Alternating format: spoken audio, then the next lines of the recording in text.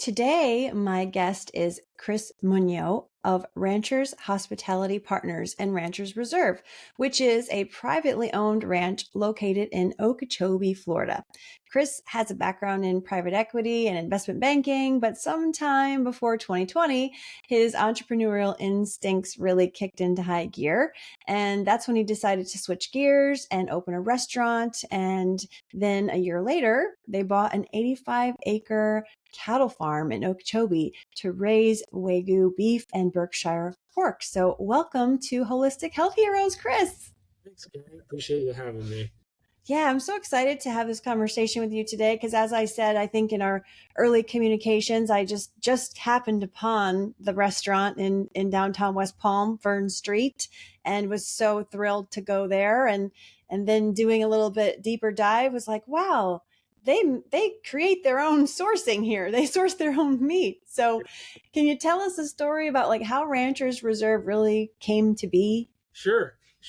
It was kind of reverse engineered, actually. So, my partner and I, a business partner, was my neighbor, and I he we became friends. I went to his wedding, and he told me he was always interested in opening a restaurant, and he had a background in food, and his family was in the produce industry, and I kind of had a background in food industry in a different perspective in doing like corporate M&A, mergers and acquisitions, capital raising, and I knew a lot about the food system and the industry. Um, Also knew about the restaurant industry, but wasn't one to be a big fan of it as an investor because it wasn't always a great investment, uh, for various reasons. But I thought it was interesting that he was into like holistic food and holistic sourcing, and said, "Hey, if we do something in the restaurant business and we focus on health and nutrition, I really think that's where the trends are going for the restaurant industry." And I've always wanted to do something kind of farm to table, and I thought that was very interesting. So we started by just looking for maybe a second generation restaurant location that had gone out of business to acquire, because I said, well, that I can use my skill sets in banking and try to find a good investment opportunity for us to get started. So we were kind of on a mission to identify opportunities in and around Florida. We looked at a lot of different things, and it wasn't just restaurants. It was like food businesses, food related businesses, distributors, um, even in some wholesalers, some processing businesses. Uh, and we stumbled upon a restaurant downtown West Palm Beach that had been in business for a few years, but it was foreign owned, and the owner wanted to kind of get out of it. He never really developed it into a full service restaurant. It was mostly just kind of a bar at that point. So we thought it would be an attractive location. It was downtown. He had a really good lease that he had negotiated and that we could assume. So we ended up acquiring the business for not very much money. And we took over the lease. And then we started our journey of creating a farm to table restaurant concept. So that's kind of how the restaurant thing started. Yeah, I love that. I mean, I have to say it's kind of encouraging to hear that you found that it to be a trend and this is the direction that's going to go, and that you felt like it was a good investment. That's encouraging. Yeah, and it turned out that it was before COVID, so the timing of it wasn't great, but it kind of worked itself out because when we had to temporarily close the restaurant, it gave us time to do a lot of research on the food industry and agriculture, which is something we always wanted to make a part of the restaurant concept. And then during that 6 month time span, we actually identified the ranching operation out in Okeechobee as a second acquisition opportunity. And we did a lot of research on the land and the location, and found out that that would be perfect place to raise beef and pork. So Nice. that kind of became another part of our story and a part of our plan shortly thereafter when we opened the restaurant. So we were kind of taking on a lot at once, but the timing of it all allowed it to kind of come together for us. Wow, amazing. So do you, because sometimes we get identity mixed in with our profession. Do you feel like you identify more as a rancher now, or not really? I would say part time. So we both kind of we're very hands on. Nick, my business partner, Nick Scalisi, he is hands on in the restaurant pretty much every day. I obviously kind of deal more with the back office side of the restaurant business and the finance and accounting side of it. But we both, like to be involved with the customers and design the menu with the chef and constantly think of how we can improve the experience for the customers. And then on the ranching side of it, we actually like to we like to be outside. We like to be with the animals. We like to research everything about the livestock and we're very hands on. So we've made that like a personal touch to approaching it. So I would say we're just kind of like a jack of all trades, I guess. Yeah, yeah, you're doing a lot of different things there, which And is then really cool. try to surround ourselves with like people that have experience that can help us as we perfect things. But we do like to kind of like try to figure things out on our own first, and then we surround ourselves with people that kind of help us execute things. And that's the way we've kind of grown. And I think that's what we want to continue doing with Ranchers Reserve, with the restaurant, with additional restaurants, and expanding the livestock production side of what we do. Yeah, I think that's so important, especially to be successful in business, right? There's a book out there, Who Not How, and it's all about try to get the right people in place to help you scale. It sounds like that's what you're doing, so that's cool. When you are in your rancher mode, what does the day in the life look like for a rancher that you've experienced so far? So when we first acquired the property, we knew we needed to do a lot of work to kind of make it work for us.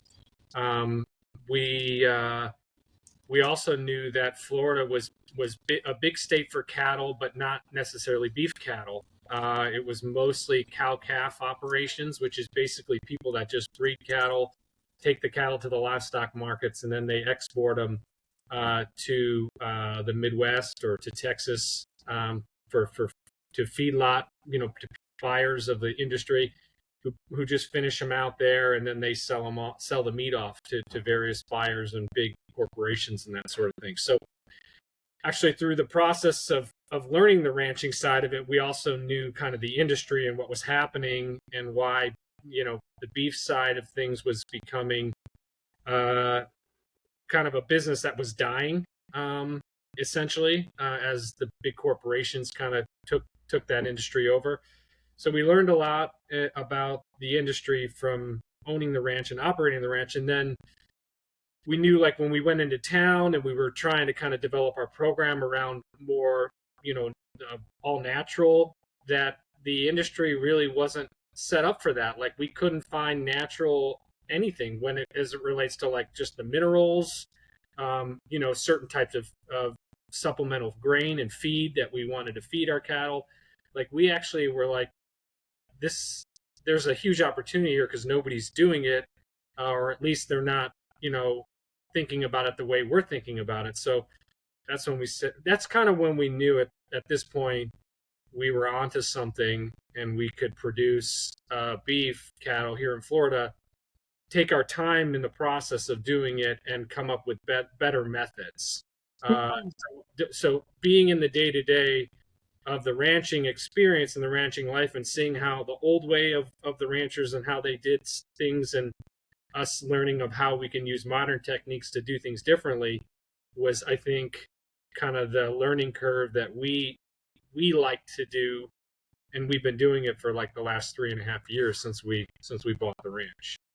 Wow, interesting. I mean, I don't know. I didn't share this anything about myself really with you, but just to give context to this conversation, I'm originally from Iowa. And so I grew up till I was 14, at least living on a farm that was mostly beef cattle and pigs. And really mostly corn and soybean oil or soybeans, which turn into that. So I think when I grew up, farming was probably already kind of ruined and, into to big ag and like, just the CAFOs or whatever. Not that I know what that looks like, but uh, I think I hope at least that we're turning a corner back to more traditional type of farming that you're involved with. I guess today we're calling that regenerative agriculture. Is there something you can tell the audience about why that's important? Yeah. So what we've learned from a lot of the farms, the cattle operations that are, beef cattle operations doing it the right way, and there's a lot of them now, and there's more post COVID, I think, than there was before, and really a lot of that was because of direct to consumer, being able to sell beef online. I think that's given sort of a some hope to the industry and to people who want to be in beef production. Um, so we did a lot of research on the the the actual ranching side of things and learned about regenerative ranching. And the number one thing that we learned was it's about the health of the soil and managing the land, so that you can leave it better than basically the way you found it. And there's a number of practices that you can do. Obviously, putting the right number of livestock on the right amount of land and acreage is first and foremost a very key part of that.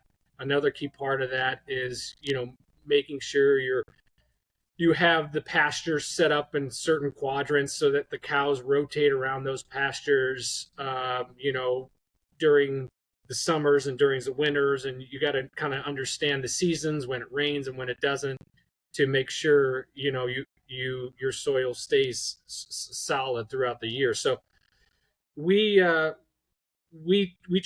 we're not considered, I guess, regenerative in the sense that, everything that we do, but we will be probably in the future as we get bigger. We're very small, but being small and only raising so many cattle a year gave us the opportunity to constantly make changes to what we're doing, and I think that's given us sort of an advantage. We're not pressured to like profit on every acre of land that we manage. We're really just trying to get the beef consistent and the same product every single time, so that when our customers come in, they trust us that it's a good product and it's a good experience in the restaurant.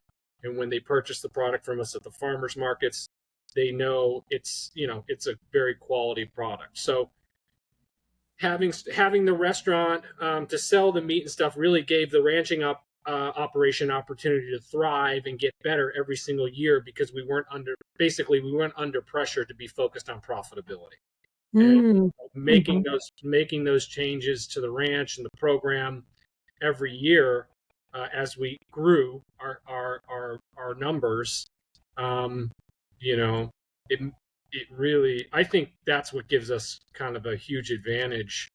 And if anybody was to get into livestock production, you definitely want to have other sources of revenues so you can perfect your program. If Mm. not, I think it's going to be very difficult. Interesting. The other thing is wagyu. So wagyu is a much more expensive breed of cattle.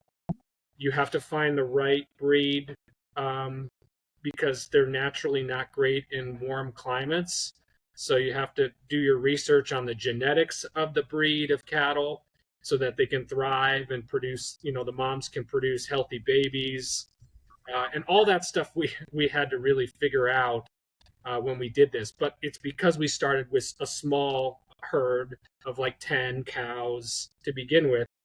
Now we're up to about 100.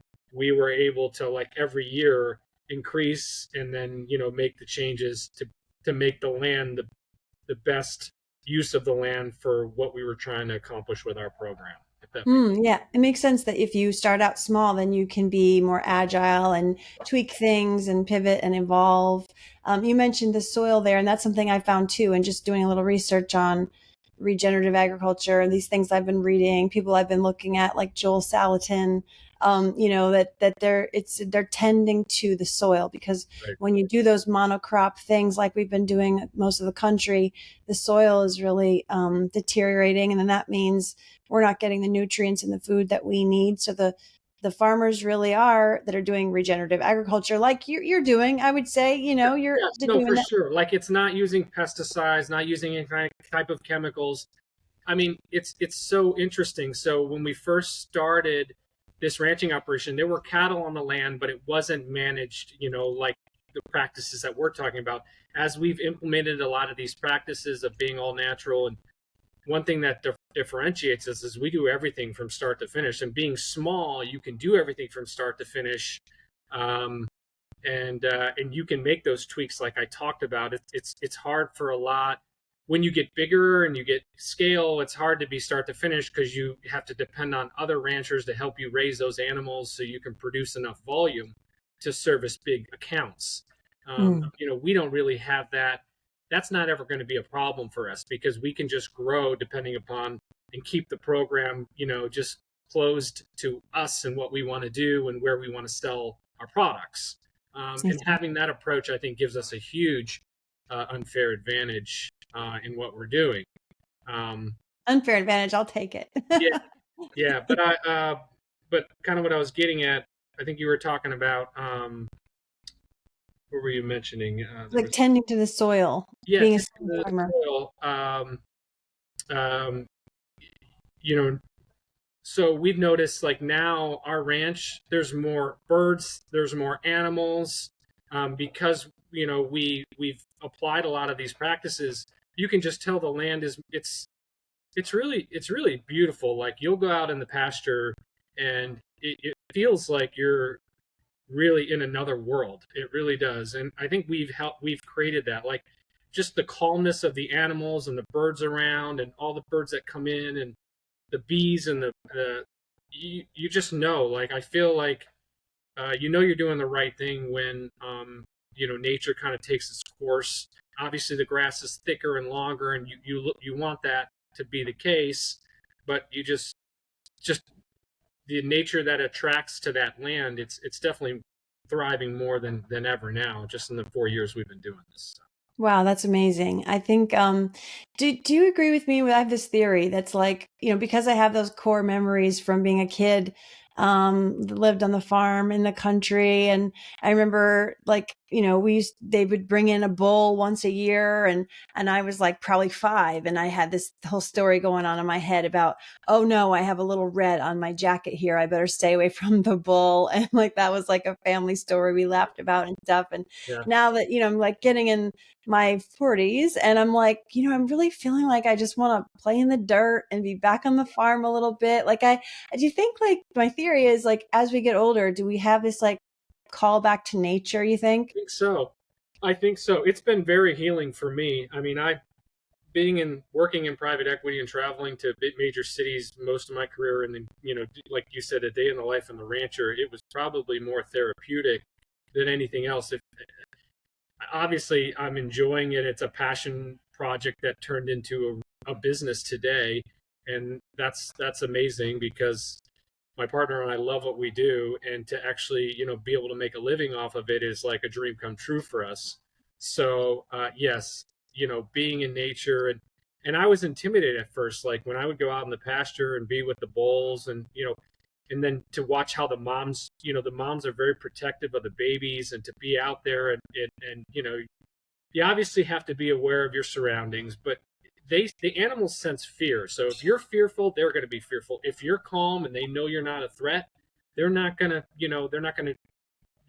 feel like a threat. And it's just the energy. And yes, having that connection with nature, now more than ever, it's like so important for my health and just feeling better. And I encourage everybody to do it. Just if you can get out there and visit a ranch, I mean, get to know your ranchers, ask questions, learn about their program. There's so much transparency out there now that you can know everything. And that's what we've made a huge part of our brand is like, we'll tell you everything about us and what we do and what we believe in and why you can trust our product when you buy beef from us or you come into our restaurant and order anything from us. we wanted to make that like a huge part of who we were. And Love it. that's That said, Chris, do you see agritourism in your future? Like, can we come to your ranch? yeah, I do think that we're probably gonna have uh, events like that, and that's going to be a part of our program. We work a lot with Christ Fellowship in our area here. We also work with Place of Hope, which is a basically an organization for displaced kids that come from really bad homes, and they're essentially orphans. And Place of Hope is a way to put them in a community and put them in homes and give them a second chance at getting a scholarship and getting a career and finding a path. So we're making that part of who we are, to help kids, teach kids about agriculture, that it is cool to be in agriculture. And you know you know it's not what beef is coming back around again. It's back in favor again. It was out of favor because of what America did to the beef industry and what big ag did to the beef industry. uh, and I think young people want to be part of something, of like a resurgence, and Yeah. we can create that. And we were attracted to these organizations because that's what they're all about, making a difference. And Yeah. we're going to try to bring the kids to the ranch, teach them about wagyu beef, and teach them about the pork as well, and the program, and why it's so important to know where your food comes from and what you put into these animals, and making sure that they're not stressed out, and all that stuff creates a really amazing food product, a healthy food product. So That's amazing. Oh my gosh, I love hearing that about the nonprofit organizations that you're partnering with too. I was familiar a little bit with Place of Hope because I went to a screening. They had a mini documentary because they're also working with things like stopping human trafficking, super important issue that they're also part of outside of helping with foster kids and things right, like that. right, But one thing I wanted to ask you or sort of help highlight for the audience too, or anyone who listens to this now or in the future is, this idea about local and labels on our meat, because part of me finding you is that I want to, better source my own meat that I'm eating. I mean, we have a health food store in Naples. We sell supplements. So I get a lot of meat when I go over there. I stock up on some meat that we've sourced from a good place and we have it in our store. But when I'm over here on the East Coast, I'm relying on let's just call it the big box sort of healthy stores. And that's not good enough for me anymore. right. The labels are organic means nothing when it comes to meat, Yeah. people. And local is the best. So, and then what you're doing, your farming practices and stuff. So maybe just to make this a succinct question is what is so important about locally sourcing quality beef? Well, I think the most important thing about it is, when you're buying from somebody who's within 60 miles from where you are, all that money is going back into that area and that location. I mean, we work with a lot of small providers, whether it's the feed guys or whether it's the certain vets that we work with that are small businesses. And um, um, even in the restaurant business, I mean, we work with other farms that we source ingredients from, that just doesn't the things that are on our menu that don't come from our ranch. So if you're sourcing local, more than likely, and you're supporting guys that are doing things the right way, that's going to go back into like creating this local food system that's going to kind of thrive and support itself and be sustainable. Um, and it gives guys like us a chance to grow and provide more food. Like, we want to be able to provide uh, meat at all the markets for everybody, over time. And if you buy from us, eventually we can grow and expand. And we're in the process of doing that. Like, we have opportunities to increase the land access that we have up north Florida. We're looking at maybe another 700 acres, 600 to 700 acres on a prairie. And but there's we definitely need the local system to support us in order to take those kind of risks. but they're out there, and so you're helping those local businesses grow. Obviously you're helping them make a paycheck too, but more importantly, you're helping them grow, because if they care about what they're doing, they're going to keep reinvesting in what they're doing, and um, you know try to Right. deliver a better product to you every time. So Yeah. So yeah, and I kind of, I mentioned my Iowa roots, and we talked a little bit about the quality of what you're doing there, and that quality and the product that you're providing. And I noticed on your website, you mentioned briefly about raising animals without hormones and antibiotics. And I had this sort of sidebar conversation with someone who's, I guess I'll just say it, more of the traditional farm, not even traditional, that's the wrong word, but conventional, I guess, farming system. Maybe that's their mindset. And so can you highlight why that's important? I try to tell people in my daily life why I don't want hormones in my meat or antibiotics in my meat, yeah, but I don't so think a everyone lot, a gets it. lot of a lot of that was driven by big ag, from what we've learned. I mean, uh, the beef industry was about basically, you know, rushing the meat to the market as quickly as possible. It kind of became a supply chain more than anything else. And then, the problem with the industry in the past, which we think is changing, but is that, there's so many the meat is touching so many different hands before it actually gets to the consumer, and they have to, if they want to preserve it, because it's, the meat needs to, you know last longer. They're injecting things into it, and injecting things into the cattle too, to prevent them from getting sick, because they're just not in their natural element. They're not just free range on a pasture. And uh, it's so it kind of goes back to what I said earlier. It's what big ag did to the beef cattle industry that made it not necessarily unsafe, but made it, degraded the quality of the product, and gave people, left people with a bad taste in their mouth, because, they weren't doing things the right way. It was based on, making money and profits, Yeah. and it really hurt the American ranchers. Um, Right. um, you know, Yeah, that's the way I understand it is, and you correct me if I'm wrong with this, is like if you have cows and you're raising them in an industrial farm, think about how close they are together, how yeah, they're stepping in their own manure, that they have no room to breathe, they're not getting the fresh grass.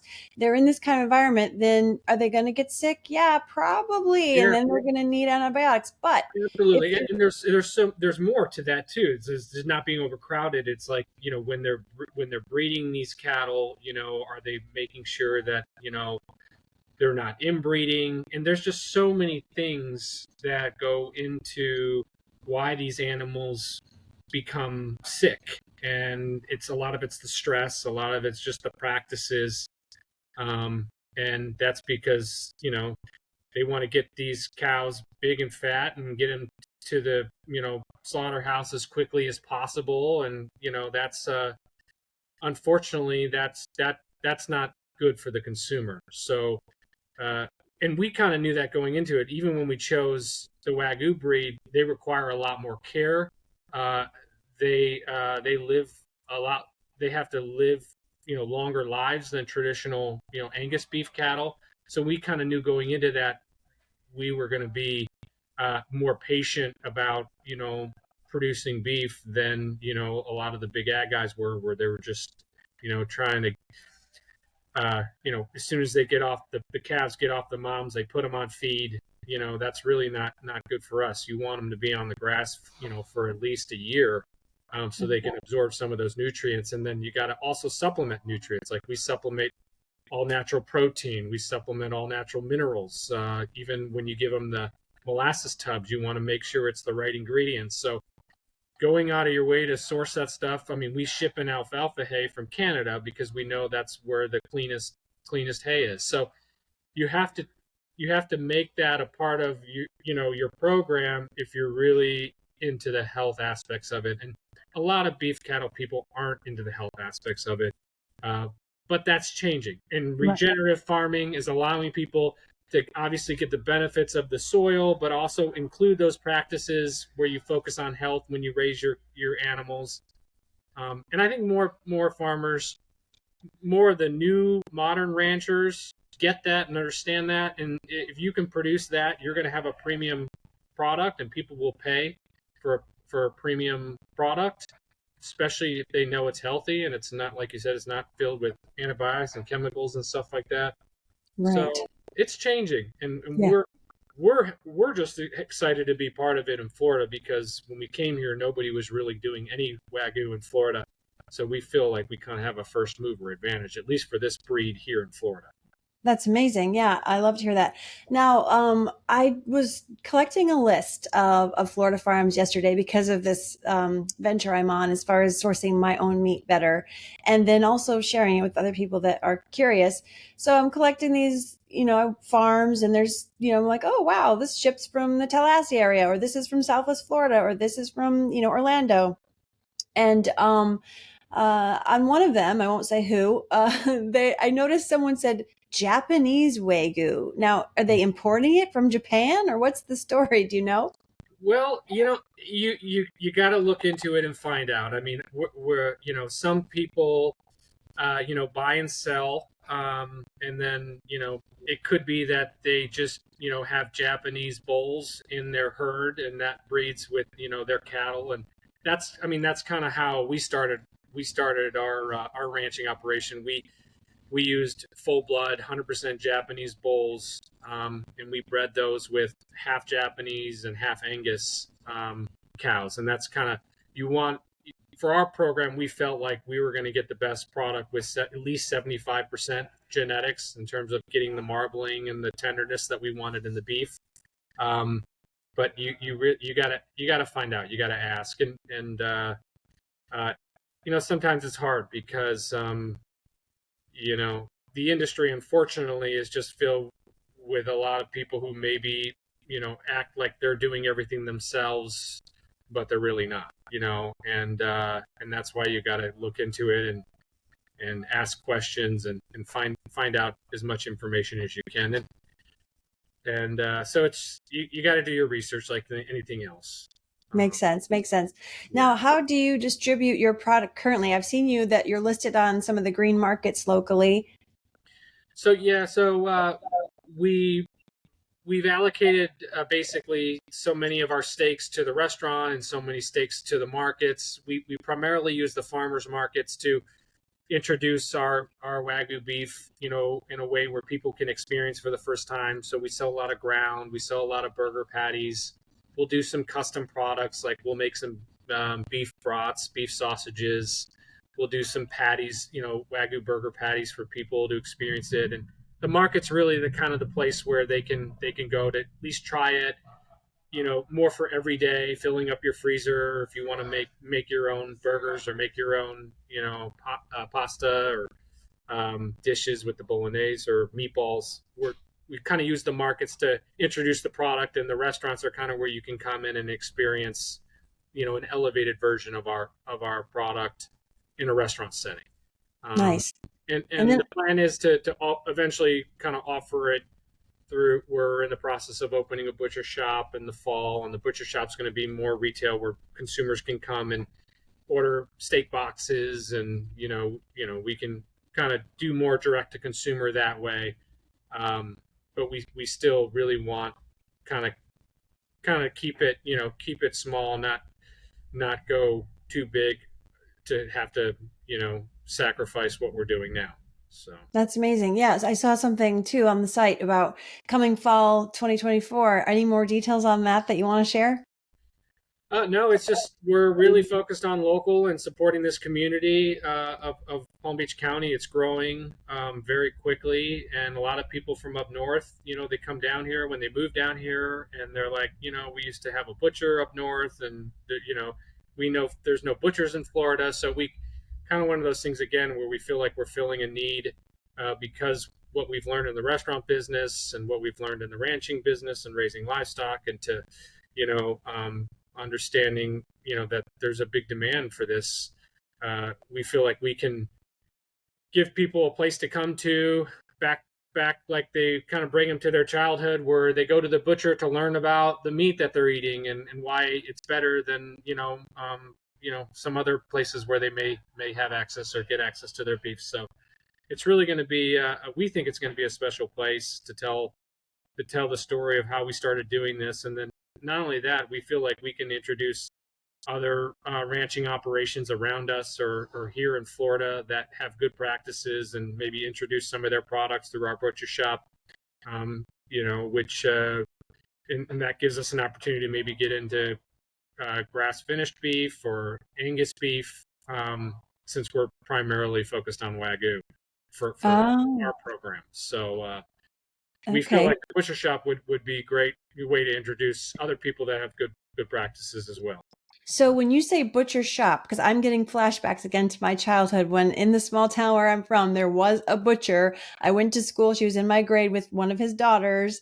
And, like there was the butcher shop. So, and this is where they're processing the meat. So like this is going to be happening in West Palm? This is going to be happening in downtown West Palm. Yes, we're hoping to you know have a place that people can see exactly how the process works, and know everything about it, and try different things that they wouldn't normally try or learn, but because they came in and we were able to educate them, they may who knows, they may walk away from it wanting to purchase things that they may have purchased before. And our whole thought behind it is utilizing every aspect of the animal. So if what you put into these animals, they give you back. So if we can utilize the bones and the fat, and give people a way to use uh, every part of the cow to live a more sustainable life and eat better and have a healthier life, I mean, that's really what it's all about. So That, uh, amen. That is well said because that's something I keep, drum I keep beating about is be ancestral about it. If you can use the whole animal, think of the Native Americans, they used every part of the animal. And we're, so focused on ribeye, filet, ground beef. I mean, myself included, I want to know more about the cuts of meat. I don't even really know. absolutely. And to cook with, I mean, to be able to cook with this fat, to be able to use the bones to make broth, and even, to use some of the organs to feed your animals, like all this stuff can be used, and can give you all the proteins and nutrition that you need. And you don't have to worry about anything else being in the food, and that's really what it's all about. So Absolutely. Now, did you say, or do you not know the name yet of this butcher shop? it's gonna be named the same as the ranch, so Rancher's Reserve is gonna be the name. Oh, okay. Excellent. Can't wait. Now, for anyone listening who might be confused perhaps by some of the terms that are out there, like when you're shopping for meat in the grocery store, and it's like grass fed, but then, some of it says organic. I kind of already blew the whistle on that. But do you have anything to say educationally to people about what labels to be really looking for? Or is it really just about meeting and finding the rancher near Yeah, you? I would say just look, knowing where the meat comes from, knowing the rancher, knowing their program.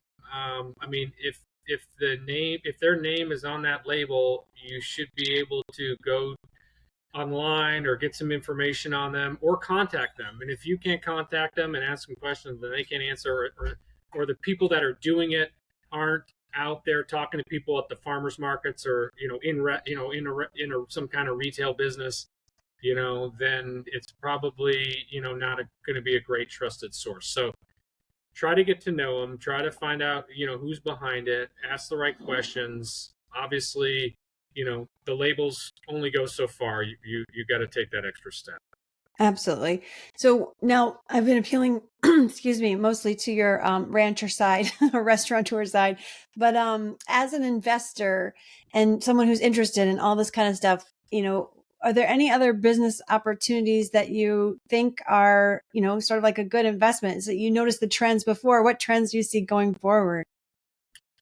uh I mean, agriculture is definitely, there's a lot of possibilities there. I think, you know anything that can improve the food supply chain, or anything that's focused on, um, you know, some kind of health angle to the food industry, is going to be what, where people are going to be looking for. So we're always looking for opportunities. we get calls from people all the time saying, "Hey, you know, I'm in this industry. It may not even be in livestock. It could be, in some kind of crop, or some kind of mushroom, exotic mushroom, or any kind of dry goods." So there's always opportunities to do things differently and apply different methodologies to growing food, and we're always going to be looking for the next thing that people are interested in, and trying to make that a part of our food system. So we feel like we're building like a sort of our own ecosystem here, with the retail, the restaurant experience, the ranching experience, the production experience. So there's so many things that could come out of that. Yeah, just Not only here curious. in Florida, but internationally too. There may be opportunities to supply places in the Caribbean. I mean, Florida used to be a big export, to the Caribbean, and so there's a lot of opportunity. So. I can't help but think about the last episode I did with Sally Fallon Morell of the Weston A. Price Foundation, and we were talking about butchers, but she called it something else. Aviar, I forget the word. But anyways, it's a word for butcher, and how I think that with your butcher shop, it could potentially incentivize other entrepreneurial type businesses where that service, like you said, is just not around as much, it's not as available. And if you have it available, then maybe that will create some innovation in the community. I think so, Yeah, definitely. amazing. So where do people find you if they'd like to connect with you and get more information on all this good stuff? Well, you can always come to our restaurant downtown West Palm. It's Fern. You mentioned it earlier. Where the butcher shop is opening, as I said, in the fall. You can go to ranchersreserve.com to find out, about the opening there, when that will be. It's going to be in Flamingo Park, which is less than a mile from our restaurant location, in downtown West Palm. Um, and then next year we're planning a second restaurant, which is going to be kind of a sophisticated version of Fern, which is our restaurant here downtown. It's more casual fine dining. This is going to be kind of upscale, of what we've always wanted to do with the farm to table concept, and then telling more of the story of how we started the program, selecting specific genetics. The next restaurant is going to be called Rushaw, which is actually the great great grandfather of our first bull that we used to start our breeding program for the wagyu beef. So it's really going to lock in the story of that. He was the first Japanese Okeechobee bull that came to the United States, that sold, I think, in an auction for somewhere around $500,000. So Ooh, he kind of became the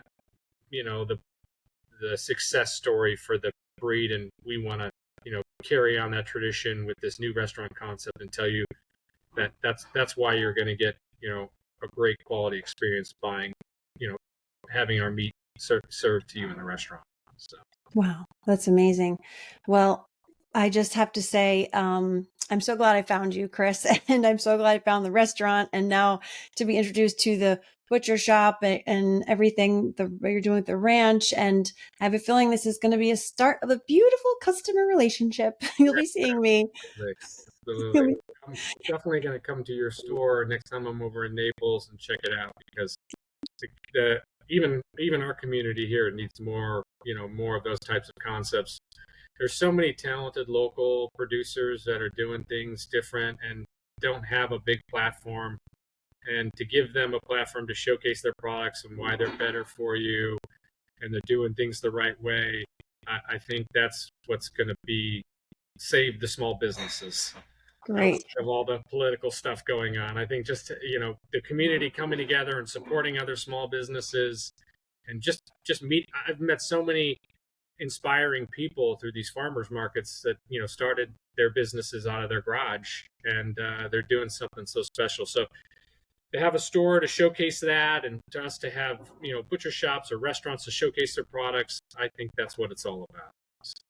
Yeah, I agree. Vote with your dollars now more than ever. Go to those farmers markets and get to know the local people they're making and creating. It makes a lot of difference. Yeah, for sure. Feel Excellent. Well, thank you again so much for being my guest. I so appreciate it. And for everyone else listening, I'll just say stay healthy so you can stay happy, and I'll see you on the next one. Take care.